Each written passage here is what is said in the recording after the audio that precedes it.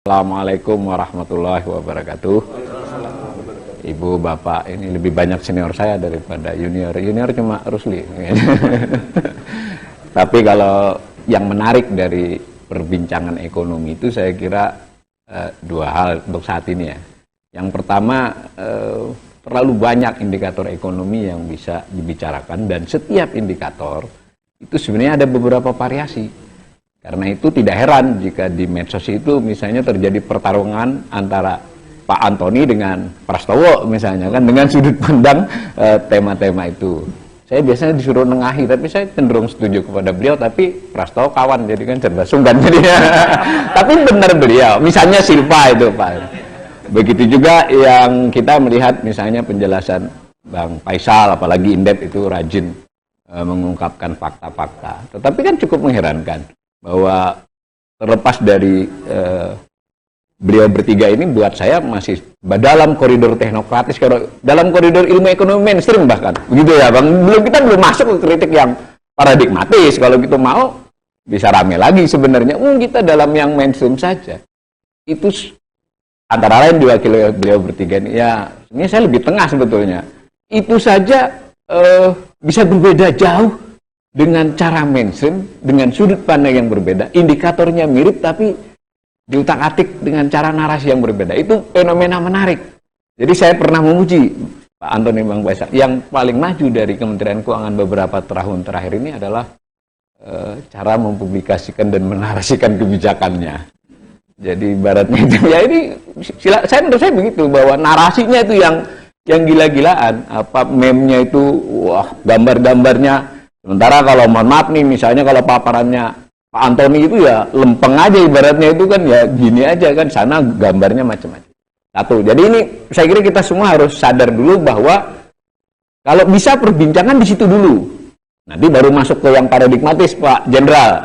Itu saja, bahwa dengan mainstream ekonomi, dengan ukuran-ukuran yang tersedia, benarkah cara menjelaskan dan membaca pihak pemerintah? Atau ada cara membaca yang beda? Bisa juga tidak, bukan soal beda pendapat, kadang memang salah baca. Jadi kan saya di Twitter beberapa kali ada yang memang berbeda antara Pak Antoni dengan ada yang memang salah di sana. Yang Silva bisa dibawa geret itu kan nggak benar, nggak ada aturannya. Harus salah dulu. Yang kedua, entah bagaimana ada keberuntungan pada pemerintahan ini karena di tahun ke-6. Jadi dari sisi pengelolaan ekonomi, narasi ya, bukan pengelolaannya, itu beruntung kan dengan adanya COVID ini. Semua kan bisa dikembalikan ke sana karena pandemi.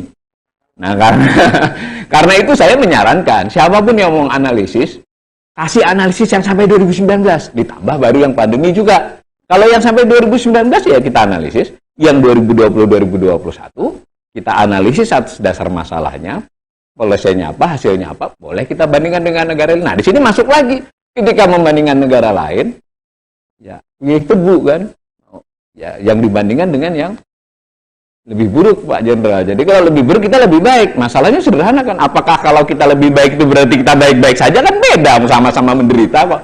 Bahkan kita bisa kasih angka, ini sumber disebut IMF gitu, IMF edisi sekian. Itu kan isinya Excel di sana. Kok yang dipilih ABCD negaranya? Di situ ada tersedia negara lain kok. Atau yang lebih fair adalah dengan rata. Dan berulang kali saya nyatakan bahwa dengan rata kita lebih jelek. Dalam konteks 2020-2021 lebih jelek. Tetapi kembali tadi itu satu ya. Jadi satu adalah indikator, dua adalah pandemi. Nah, saya mencoba, ini kan saya tambahi lagi Bang Faisal ini masih banyak banget, Pak Antoni banyak banget. Ini tambahkan tadi saya nggak dengar tapi sudah dikomentari Pak. Ini dicampur semua satu buku kan itu. Tapi kelihatan seperti nggak buat pihak yang ingin membandingkan jadi bingung kan. Maka saya menawarkan sudut pandang dulu, bahwa kita ambil satu sudut pandang selain yang tadi soal mainstream ekonomi saja dulu, sebelum mengkritik ke itu, menyalahi Undang-Undang Dasar 45, itu udah bagiannya Pak Antoni, udah panjang itu. Kita itu saja. Yang satu berdasarkan dulu targetnya bagaimana, hasilnya bagaimana. Nah, gitu masuk ke tema. Jadi saya tidak ingin, karena dalam kosakata analisis ekonomi ya kita nggak bisa ekonomi market atau nyungsep, saya masuk ke politik kalau menjawab itu kan. Saya hanya bisa menyajikan data, mudah-mudahan nanti bisa dibantu disajikan. Itu targetnya apa dari pemerintahan ini, hasilnya apa. Sama dengan utang nanti. Lah, yang utang banyak karena ya nggak apa-apa, tapi dulu rencananya berapa? Dulu itu nggak usah lama-lama tahun kemarin, nggak usah tahun kemarin, 6 bulan yang lalu rencana utangnya berapa?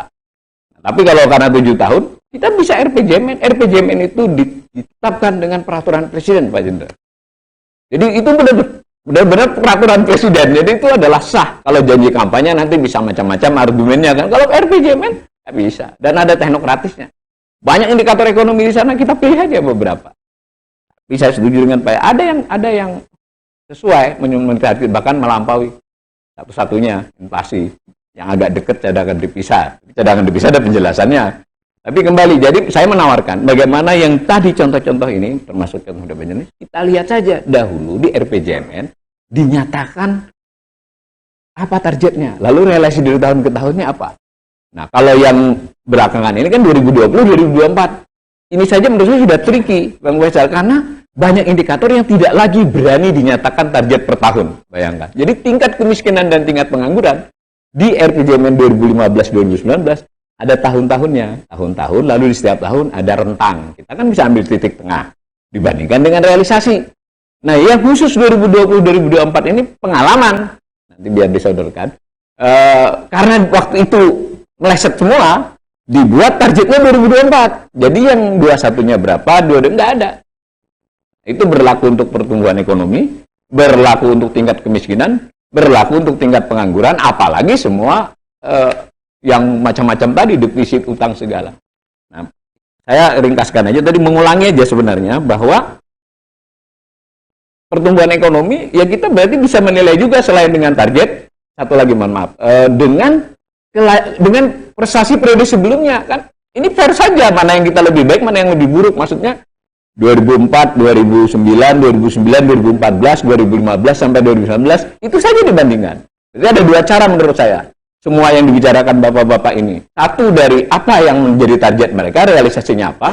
Yang kedua, dibandingkan antar periode. Bisa ditambahkan yang ketiga kalau yang serius. Dibandingkan dengan kelaziman dalam textbook, dalam jurnal, dalam apa terkait dengan hal itu. Jadi kalau saya tumbuh 10, lazimnya tumbuhnya 20, 10 kan rendah. Jadi kata-kata memburuk itu buat ekonom tidak selalu berarti kondisinya lebih buruk dari tahun kemarin. Bisa memburuk itu artinya laju perbaikan, laju kenaikannya tidak sama dengan sebelum-sebelumnya. Sehingga kata Myung Suk ini agak sulit kita jawab ya Bang Faisal. Ya, tapi kalau kita sampaikan data kelihatan banget. Maka sudah jelas pertumbuhan ekonomi itu selama tahun 2015 sampai 2019 itu jauh banget dari target. Dan selisih targetnya lebih buruk dari tahun-tahun periode sebelumnya. Periode sebelumnya, era kedua juga ada selisih, tapi lebih kecil. Nah, pertumbuhan tidak hanya pertumbuhan, tapi struktur produksi. Buat yang belajar ekonomi, tidak cukup hanya tumbuh. Tadi udah digambarkan, ketimpangan, macam-macam tadi Pak. Saya ambil contoh yang belum dicontohkan.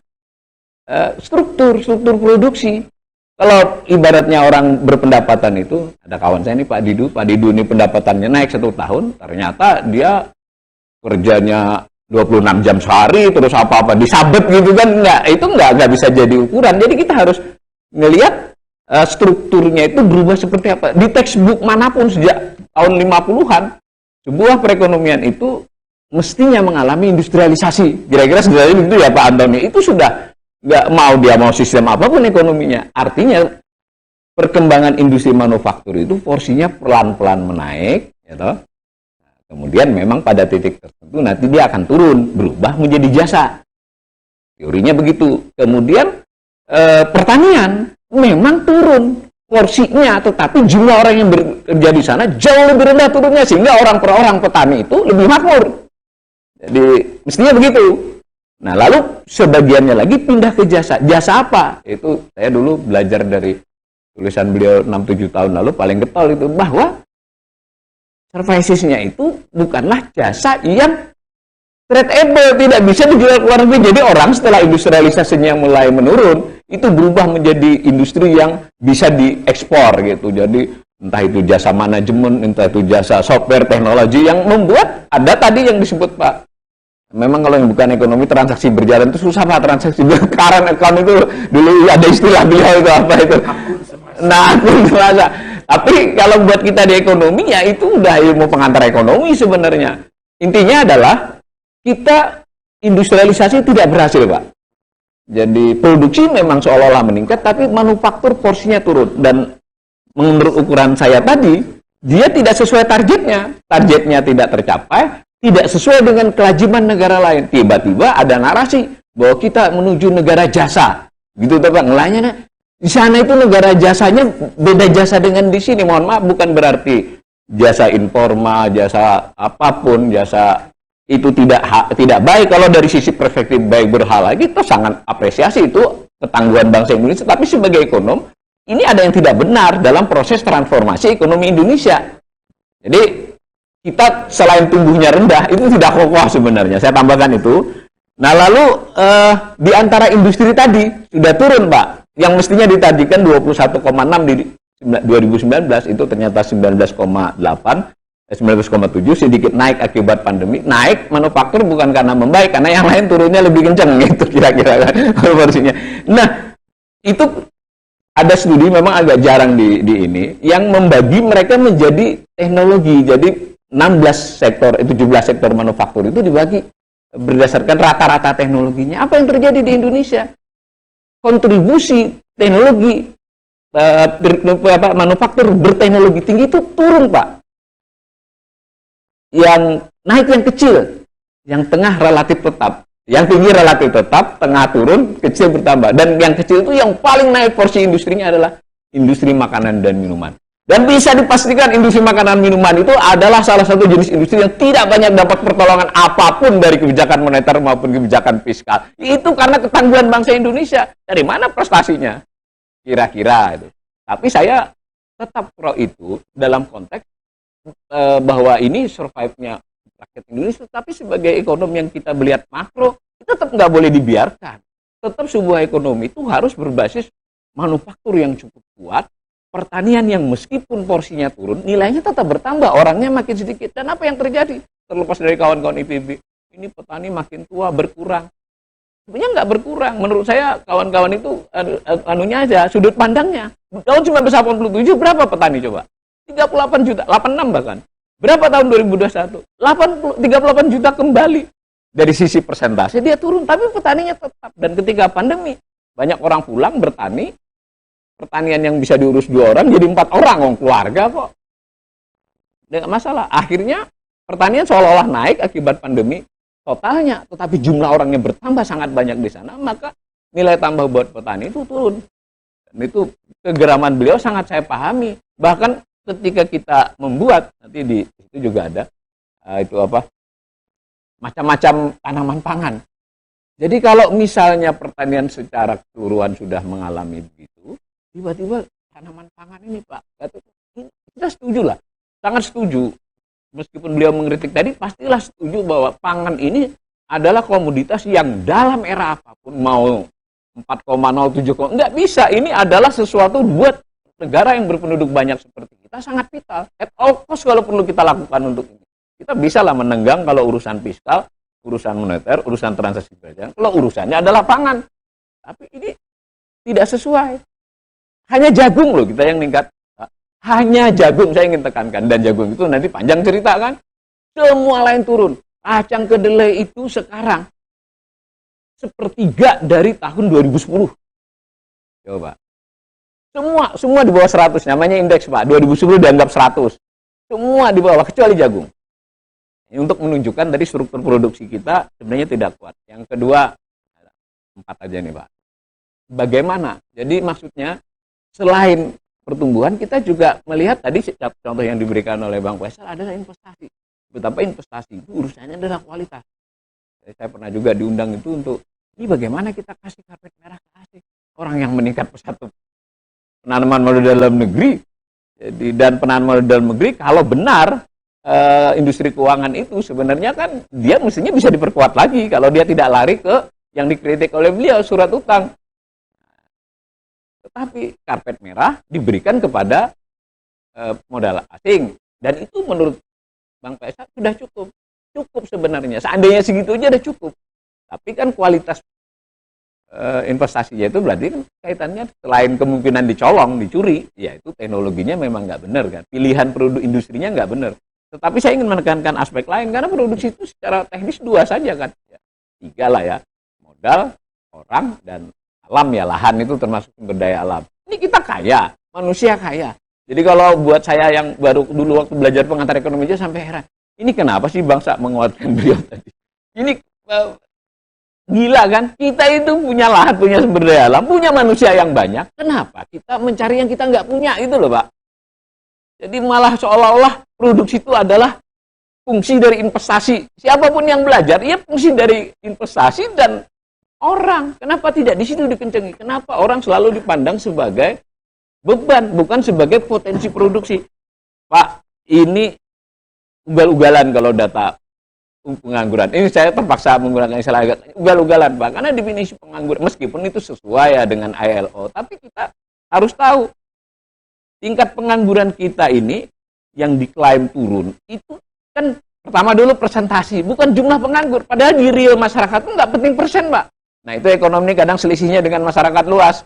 Ya kalau di keluarga itu kan bukan berapa persen anggota keluarga yang nganggur. Nganggur apa tidak orangnya, berapa banyak yang nganggur. Nah, di situ 2020 dengan 2014 dong, lebih banyak 2020. Kebayang nggak?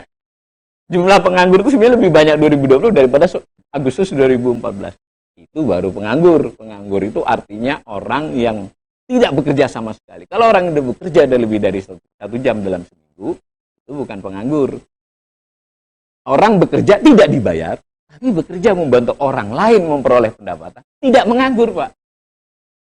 Namanya pekerja keluarga atau pekerja tidak dibayar. Penganggur, pakai data Agustus 2020, itu jumlahnya 9 juta, 9,9 juta. Tetapi orang bekerja, tetapi tidak dibayar, jumlahnya 18,2 juta.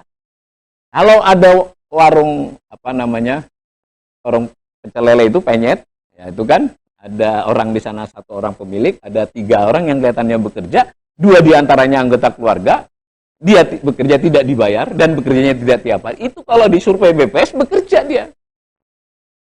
Maka definisi BPS dengan definisi, di BPS tidak salah, saya ingin pastikan ya, jangan sampai juga kita ekonomi, nggak apa-apa. Itu boleh dipakai, tapi alangkah baiknya angka BPS yang lain diangkat. Namanya pekerja tidak penuh, namanya pekerja keluarga. Total, sebetulnya real tingkat pengangguran kita, kalau misalnya kita memaksakan diri mengambil kualifikasi yang berbeda, ini belum memasukkan upah.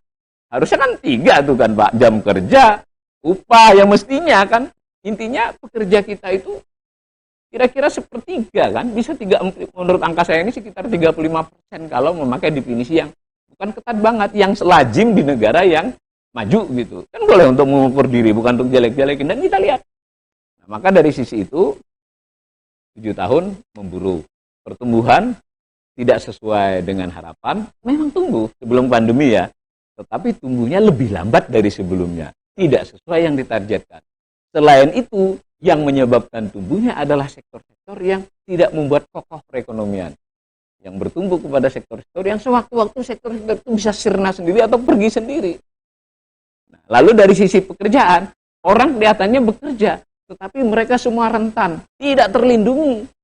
Tidak terlindungi oleh aturan ataupun tidak terlindungi oleh kondisi. Kalau dia bekerja di sektor formal, ya memang nggak bisa kan. Sehingga orang itu sangat mungkin malam kemarin sore bekerja, besok pagi nganggur, termasuk saya. Jadi tolong dicarikan pekerjaan. Jadi itu bisa, Pak. Nah, yang begitu itu melengkapi pandangan-pandangan ini. Banyak lagi, begitu juga dengan kemiskinan tadi sudah disebut. Nggak usah pakai, mungkin nanti dikritik kita ini kan suka gitu, ketika kita mengambil data World Bank, yang tadi udah ukuran, meskipun yang pengkritik bukan ekonom, yang netizen itu keliru juga. Oh, gimana dengan ukuran 1,2 itu mereka keliru, Pak, ya, karena itu sebenarnya PPP. Tapi kalau pakai PPP ya pilihnya 3,2 atau 5,5, Bu. Udah, kalau itu juga terlalu berat lah didiskusikan. Pakai BPS saja. Sudah, data BPS ada nggak? Ada, Pak. BPS itu mengeluarkan data selain angka kemiskinan. Itu dilakukan dia untuk kondisi Maret dan September. Nah, dia mengeluarkan di Desember. Karena Maret itu sampelnya lebih banyak, ya kan Bang Faisal, 300.000, yang September itu hanya 70.000, sehingga yang Maret dia bisa buat angka sampai kabupaten kota. Kemudian dia juga bisa membuat kualifikasi yang namanya hampir miskin, rentan miskin lainnya. 1,2 GK, 1, jadi ada angkanya. Nah, ajaibnya 2020 angka tersebut tidak dipublikasi. Tapi kalau kita dapat data mentahnya Susenasma, itu tinggal gengnya Terus ngitung-ngitung bisa, kalau yang tua-tua begini susah ngitung gitu Pak. Jadi, tapi saya sudah lihat feelingnya, pakai angka itu kira-kira 110 juta. Jadi mendekati kan dengan hitungan. Tadi pakai BPS yang tahun 2019 itu 92. Kenapa? Karena pandemi ini terutama tidak hanya memukul orang menjadi miskin. Orang kayak saya dulu yang sebutlah prasejahtera, sekarang nyaris miskin Pak Heru. Untung dibantu sama Mas Heru. Ya, tapi saya kira ini kan lebih real di masyarakat, bahwa yang terjadi itu memang orang tidak langsung jatuh miskin kan, tapi mendekati kemiskinan. Dan yang penting juga di masa, nah itu tadi yang kenapa betapa berangnya Bang Faisal, karena ini kan angka BPS Pak. Misalnya orang tuh selisih, sebutlah angkanya, angka ukuran kemiskinan itu adalah 560.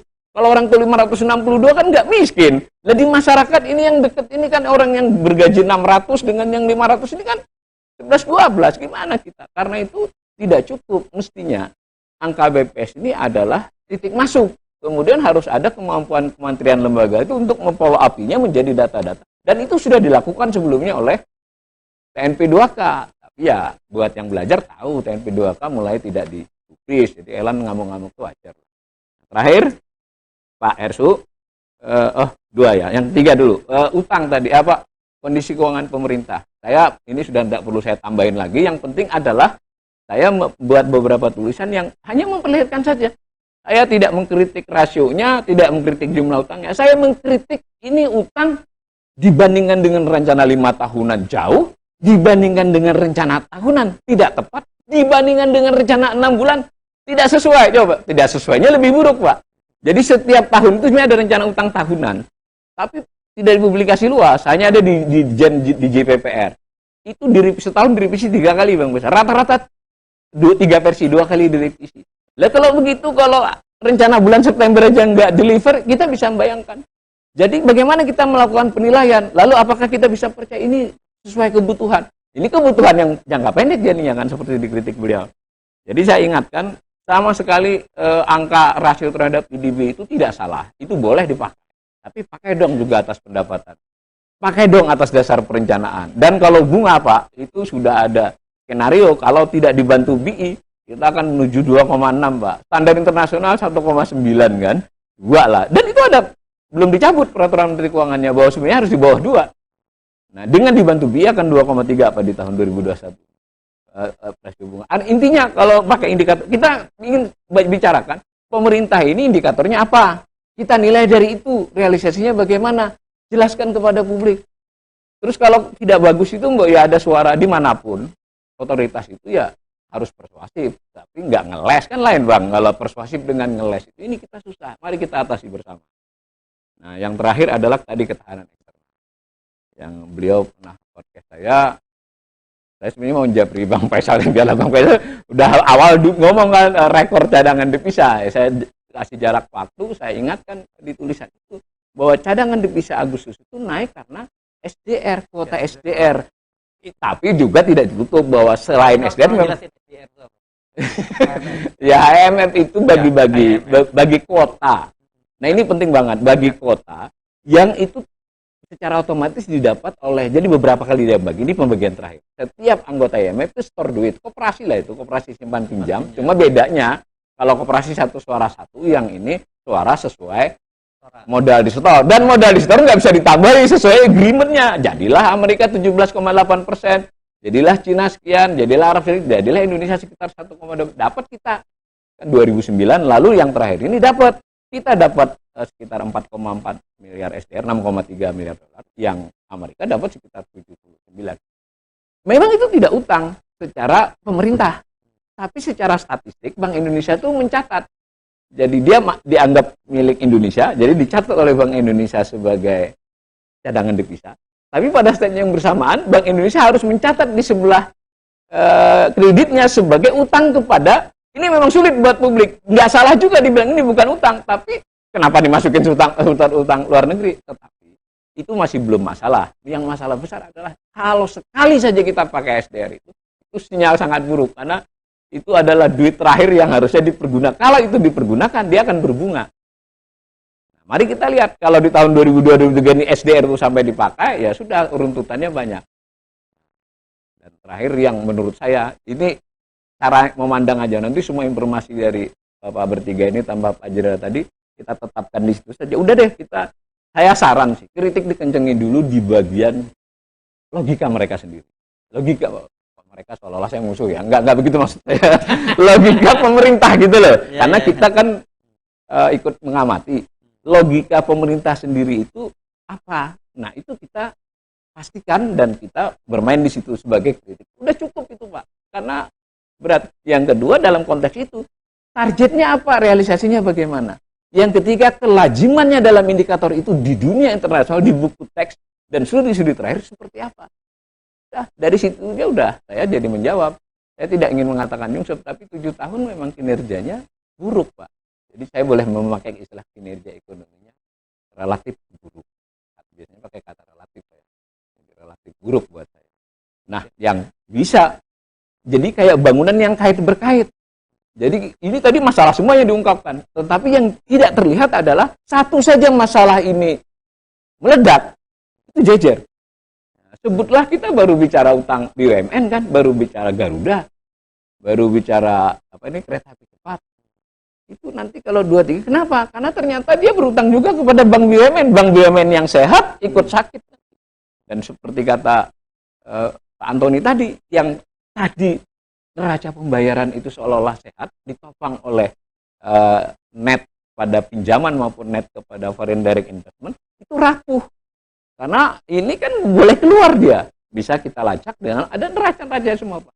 Jadi ibarat orang, menurut saya, ekonomi Indonesia saat ini masih tampak, saat saya bicara ini, masih tampak tinggi, besar, gagah, tersenyum gitu. Tapi ya pernapasannya kurang baik, pencernaannya terganggu, dan saya curiga ada penyakit jantung yang itu bisa sewaktu-waktu jadi menggoncang. Jadi keseluruhannya ini kaitannya begitu, dan pemicu yang paling di depan mata kalau utang pemerintah kelihatannya kehandle karena gimmick untuk akuntansinya 2 tahun masih tahan itu, Pak. Menurut saya, pasal itu masih bisa digimmick 1-2 tahun dengan buyback segala macam. Tetapi ada yang kesulitan besar, utang BUMN non keuangan. Karena bentuknya adalah mayoritas 60%-nya adalah dalam valuta asing. 50-an persennya lebih kepada kreditur asing. Itu agak sulit di ini. Dan bentuk yang paling banyak adalah obligasi, seperti surat utang negara, tapi surat utang swasta. Itu negonya lebih sulit dibandingkan pinjam-pinjam. Sekali dimulai, kita terkejut nanti Garuda, Jiwasraya, menurut saya Wijaya Karya, Utama mungkin udah mulai agak goyang-goyang sedikit. Kereta api mau menggantikan, karena ini agak goyang, diganti kereta api. Yang mau ganti ini tidak sakit, tapi nggak sehat. Ya maksudnya tidak lebih sakit daripada ini kan ini. Tetapi disuntik 7 triliun menggantikan Wijaya Karya, tetap saja sakit. Pertanyaan sangat serius. Dulu ketika diputuskan 2015 mereka mau ikut itu, keuangannya bagaimana? Kita bicara. Jadi tidak benar bahwa APBN itu baru mau dipakai sekarang. Sebetulnya secara tidak langsung sudah dipakai 2015. Kenapa? Karena 4 BUMN yang ditugaskan ini, kalau dilihat keuangannya pada waktu itu, tidak cukup untuk menopang untuk 1,2 miliar 40% itu. Sehingga berarti ada rencana, ini dia investasi dengan utang. Nah ketika ada pandemi, goyang kan? Belum terang-terangan pakai APBN, baru sekarang. Tapi ya informasinya Pak Faisal mungkin lebih tahu bahwa pada tahun 2015-16 apa yang terjadi agar Wijaya Karya neraca keuangannya baik agar bisa setor. Ternyata tidak bisa setor juga. Nah, saya terakhir terus ya dari tadi. Mungkin beneran terakhir. Siapa yang bisa memastikan biayanya 8 miliar dan siapa yang bisa memastikan kita masih dapat 60% dengan nilai kurang lebih 1,2 miliar. Karena di perpresnya sebetulnya akhirnya baca, Bang. Ternyata itu belum final. Yang memfinalkannya komite kereta api cepat yang dipimpin oleh yang di Pertuan LBP. Jadi itu yang mutusin nanti fixnya berapa. Bisa lebih dari 8 miliar, bisa juga kurang. Nah, saya cuma nggak paham bagaimana hal sepenting ini diputuskan oleh sebuah komite begitu saja tanpa penjelasan kepada publik. Sehingga yang salah satu contoh hidden debts itu adalah kereta api cepat. Ya, menurut mereka. Kalau menurut saya sih nggak tersembunyi. Cuma kita nggak paham. Angka itu ada di Sulni. Cuma kita ada di PMA. Betul, Pak. Jadi di Sulni, di PMA itu modal asing. Jadi, nah cuma tersembunyi buat publik. Di sini nggak usah dijawab dengan B2B apa aneh-aneh. Jelasin saja utang BUMN itu berapa kepada negara lain berapa, so clear biar kita tahu. Ya sebenarnya kita tahu Pak, tapi kan kalau nggak dipublikasi ngeri juga.